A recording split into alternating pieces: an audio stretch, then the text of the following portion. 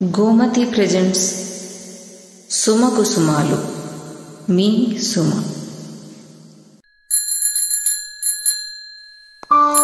రచయిత్రి శ్రీమతి భారతి రామచంద్రుని గారు. వీరు విశ్రాంత ఉపాధ్యాయుని, పద్య కవయిత్రి, గజల్స్ కూడా వ్రాస్తారు. పున్నాగవనం ముఖ పుస్తక సమూహంలో కథా శీర్షిక నిర్వహిస్తూ కథలు వ్రాయించి చక్కని సమీక్షలు చేస్తుంటారు. ఆమె ఇప్పటి వరకు 70-75 కథలు వ్రాశారు. వాటిలో కొన్ని పత్రికలలో ప్రచురించబడ్డాయి. కొన్ని కథలకు బహుమతులు వచ్చాయి. సామాజిక నేపథ్యంతో సందేశాత్మక కథలు వ్రాయడం వీరి ప్రత్యేకత.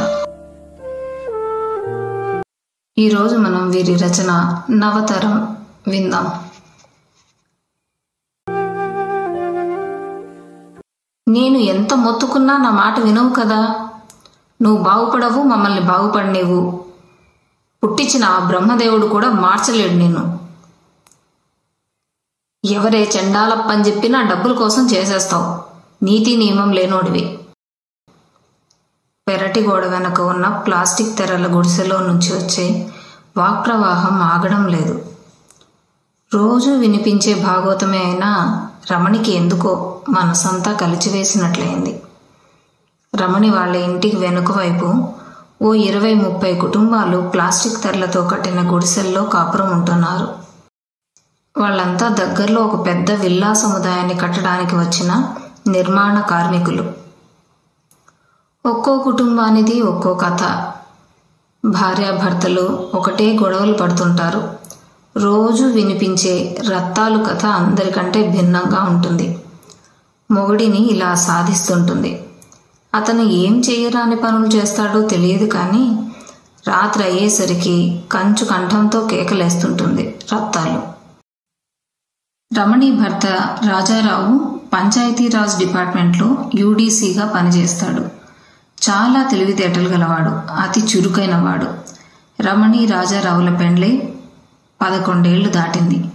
ఒక కొడుకు, కూతురు. ముచ్చటైన సంసారం. ఉన్నంతలో పొదుపుగా సంసారం నెట్టుకొచ్చారు. ఎప్పుడో పెళ్ళవక ముందు రాజారావు ఊరి వెలుపల కొన్న స్థలంలో డాబా కట్టుకున్నారు. ఇప్పుడు కాస్త చుట్టూ ఇల్లు పడ్డాయి. అక్కడ బాగా డెవలప్ అవుతోంది. రాజారావుకు ఉద్యోగంలో వచ్చిన మార్పుతో దశ దిశ మారిపోయింది. ఆ నియోజకవర్గ ఎమ్మెల్యేకి పిఏగా ప్రభుత్వం నియమించింది రాజారావుని. స్వతహాగా ఉత్సాహవంతుడైన రాజారావు అతి కొద్ది కాలంలోనే ఎమ్మెల్యేకి తలలో నాలుకగా మారిపోయాడు. అన్నిటా తానే ఎమ్మెల్యేకి కుడిభుజంగా నిలిచాడు. ఇప్పుడు రాజా లేనిదే అతను అడుగు కూడా ముందుకు వేయడు. పగలు రాత్రి తేడా లేకుండా రాజారావు క్యాంపుల మీదే ఉంటున్నాడు. ఇల్లు పిల్లలు అతనికి సెకండరీ అయిపోయాయి. వారాల తరబడి పిల్లలు తండ్రిని చూడడం కుదరడం లేదు. ఏమండి, పిల్లలు సెలవుల్లో 4 రోజులు ఎక్కడికైనా వెళ్దాం అనుకుంటున్నారు? రమణి ఆశగా అడిగింది. తనకు ఇంట్లో ఒక్కడితే ఉండి విసుగు వస్తోంది. నాకెక్కడ వీలవుతుంది? మీ తమ్ముడిని తోడు తీసుకుని వెళ్ళిరండి. పక్కనే ఉన్న పిల్లలు సుష్మా, సునీల్ ఇద్దరు ముక్త కంఠంతో ఖండించారు.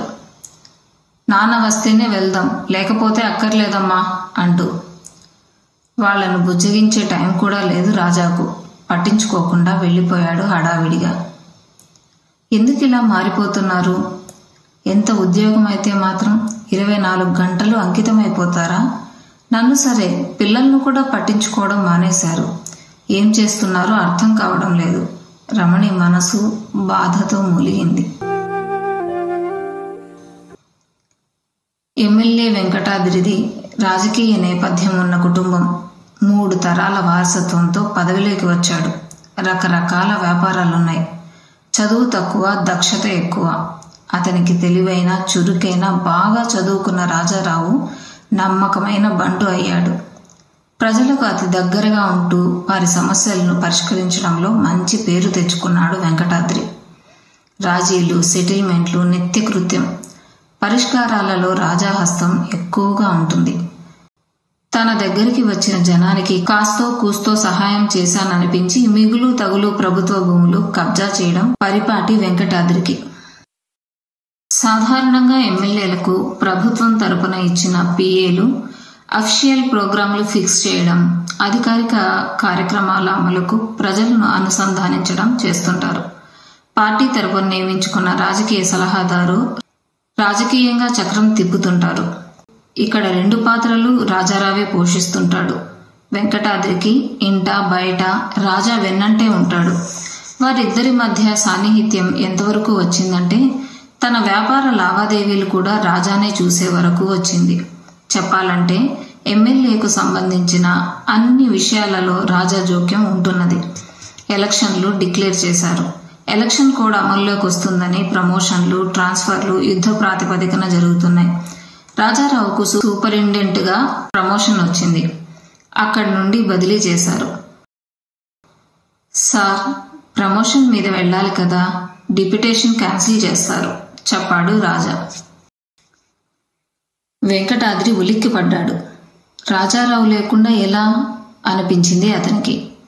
ఈ 4 ఏళ్లు రాజా వల్ల నిశ్చింతగా గడిచిపోయింది. తను పూర్తి సమయాన్ని రాజకీయాలకే కేటాయించగలిగాడు. రాజా, ఈ ఉద్యోగం నీకంత అవసరమా? ఇది లేకుండా బ్రతకలేవా?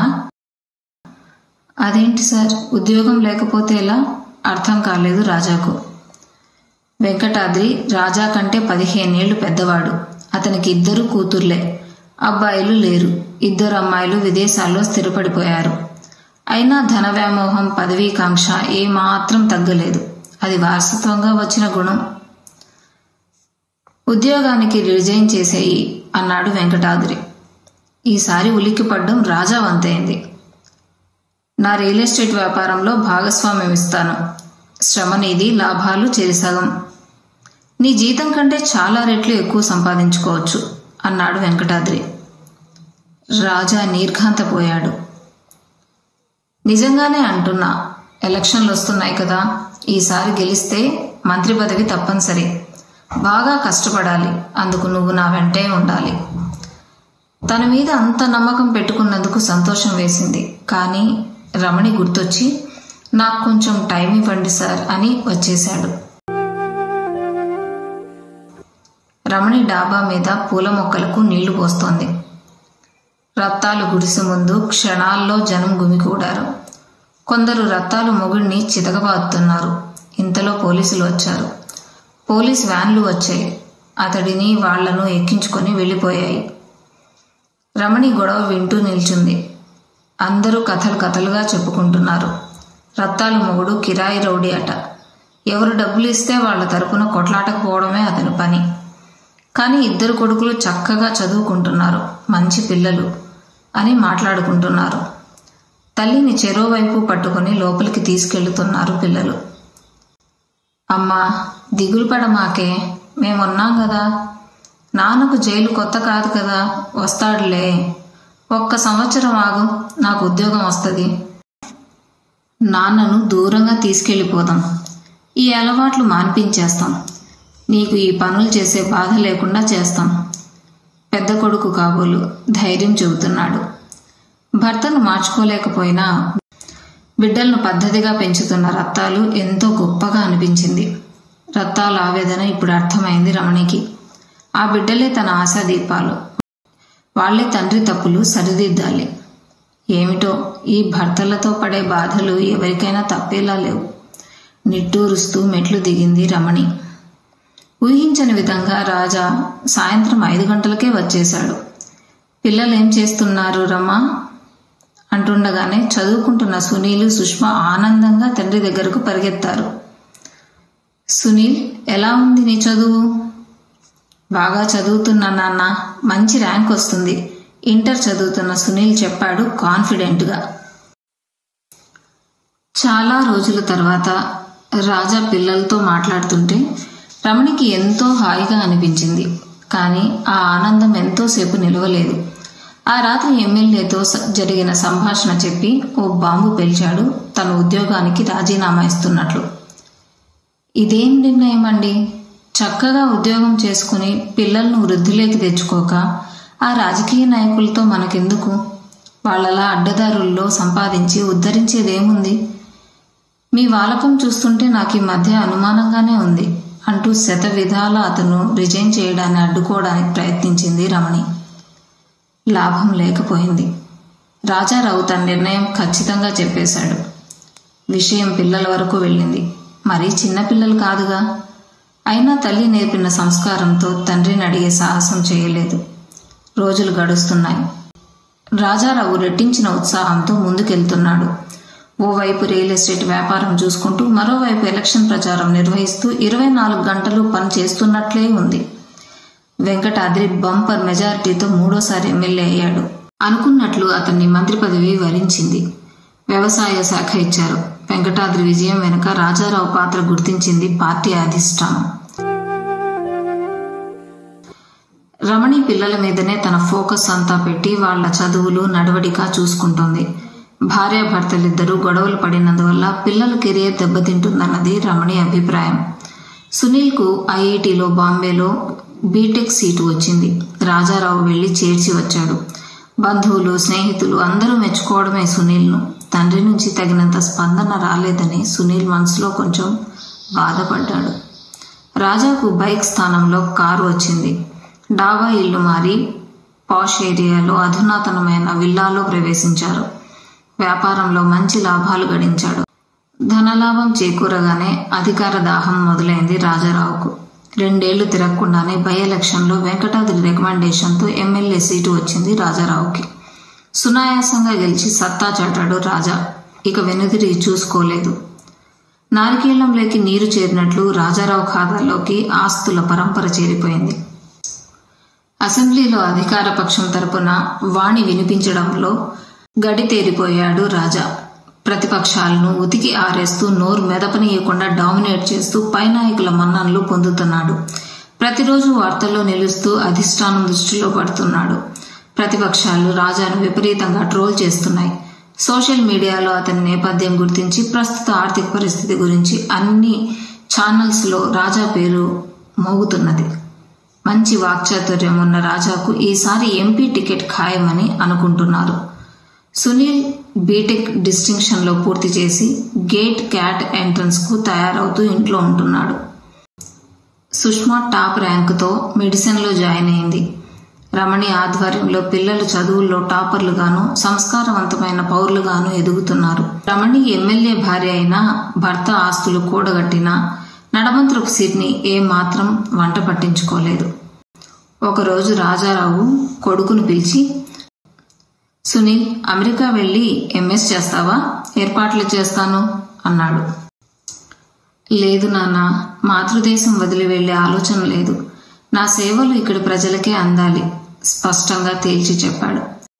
ప్రజలకు సేవ చేయాలంటే రాజకీయాలే తగిన ప్లాట్ఫామ్. ఆసక్తి ఉంటే తప్పకుండా చేరిపో. ఎంత పెద్ద ఉద్యోగం చేసినా రాజకీయ పదవులకున్న పాపులారిటీ వాటికి ఎన్నడూ రాదు. 2 ఏళ్లలో ఎలక్షన్లు వస్తాయి. అధికారిక పార్టీ అధిష్టానంలో మనకు ప్రత్యేకమైన గుర్తింపు ఉంది. అడిగితే నీకు సీటు ఇస్తారు ఉత్సాహంగా చెప్పాడు రాజారావు. స్వీయ అనుభవం, తన ఆలోచనలను రంగరించి నెక్స్ట్ తన ఎంపీ, కొడుకు ఎమ్మెల్యే అనుకుంటూ. రమణి కుతూహలంగా ఎదురుచూస్తున్నది కొడుకు సమాధానం కోసం. విచిత్రంగా ఓ నవ్వు నవ్వాడు సునీల్ తండ్రి మాటలకు. ప్రజాసేవ చేసే రాజకీయమా నాన్న ఇది? ఎవరు ఎంత ఎక్కువ విమర్శించారు, ఎంత బాగా ఎదుటి పక్షాన్ని తిట్టారు అన్నదేగా నేటి రాజకీయం. మీడియాలో అన్ని ఛానల్స్కు ఆహారం మీ తిట్ల దండకాలు. పవిత్రమైన ఓటు హక్కును అమ్ముకునే ఓటర్లు, స్వలాభం కోసం రోజుకో పార్టీ మార్చే ప్రజాప్రతినిధులు, ప్రజా ప్రయోజనాల కంటే అధికారం కోసం ఓటు బ్యాంకు రాజకీయాలు చేసే నేతలేగా పాలకులు. వారసత్వ రాజకీయాలు ప్రబలిపోతున్నాయి. విలువలు దిగజారిపోతున్నాయి. మారాలి నాన్న, ఈ విధానం మారాలి. ఇందులో మీరుండడం చాలా బాధ కలిగిస్తోంది. దీన్ని సమూలంగా ప్రక్షాళన చేసే నవతరం రావాలి. అందుకు నేను తీవ్రంగా కృషి చేస్తాను. నా చదువును నా దేశంలోనే కొనసాగిస్తాను. రేపటి తరాల కోసం నిస్వార్థమైన రాజకీయ నాయకులుగా, పాలకులుగా మా వంటి యువత ముందుకు రావడానికి నా శాయశక్తులా పాటుపడతాను. మీ మాట కాదంటున్నందుకు సారీ. రాజారావు అవాక్కై సునీల్ వైపు సాలోచనగా చూస్తూ ఉండిపోయాడు. రమణి ఆనందంతో అసంకల్పితంగా చప్పట్లు కొట్టింది. కొడుకుని చూసుకుని మురిసిపోయింది. ఇలాంటి యువకులే దేశానికి ఆశాదీపాలు.